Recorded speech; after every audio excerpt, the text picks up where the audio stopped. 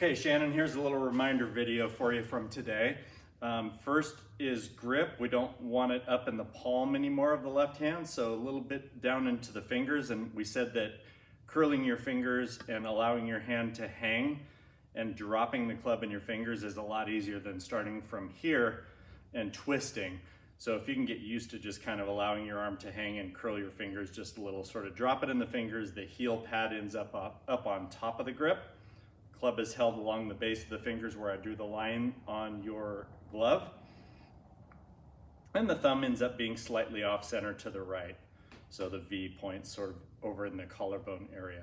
Then the right hand goes on kind of in the fingers as well.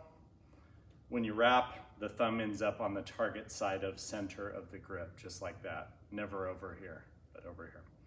All right, so that's the grip. Setup, your setup was fine except for the club being high, which was due to the grip mostly. And so now with the club in your fingers more, the end of the club kind of naturally points at your belt buckle if you were wearing a belt, and it feels like your arms are more or less hanging rather than outstretched too much. So a little bit of a hanging attitude there. Then what we worked on was the old, primarily because of the grip, the old backswing featured a bent left wrist and a shut club face as you went to the top, and a blocking action on the way through the ball, which looks like this. And so what we're replacing it with is a little bit of rotation in the arms so that the toe gets almost up at this point when the club is horizontal. Finish hinging your wrists as you go to the top of your backswing so that your hands feel like they're underneath the golf club rather than this way. So that can be trained just with little partial swings. And we did one where we put the ball there and went a little bit of rotation, point the club behind the golf ball toward the ground from this point right here, and swing through. Okay, so then the final piece, once we learn this backswing piece, the final part is starting to learn to move your body forward into that follow-through position, just like you're throwing the golf club that way.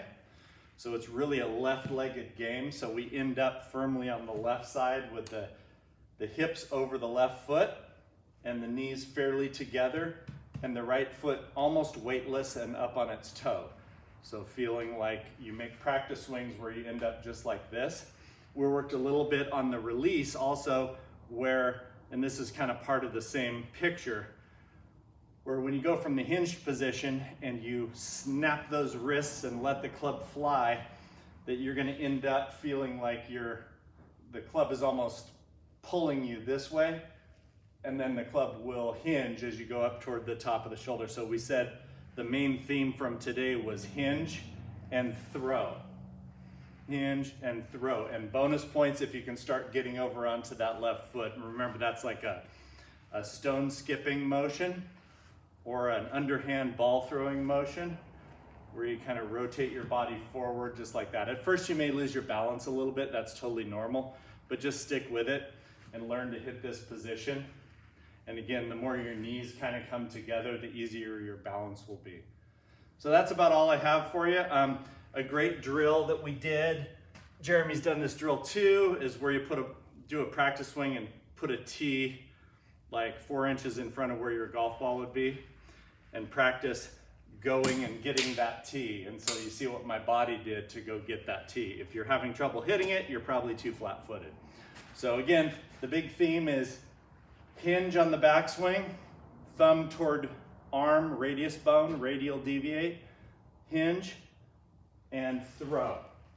All right? Good job today, and we'll see you again soon. Let me know if you have any questions.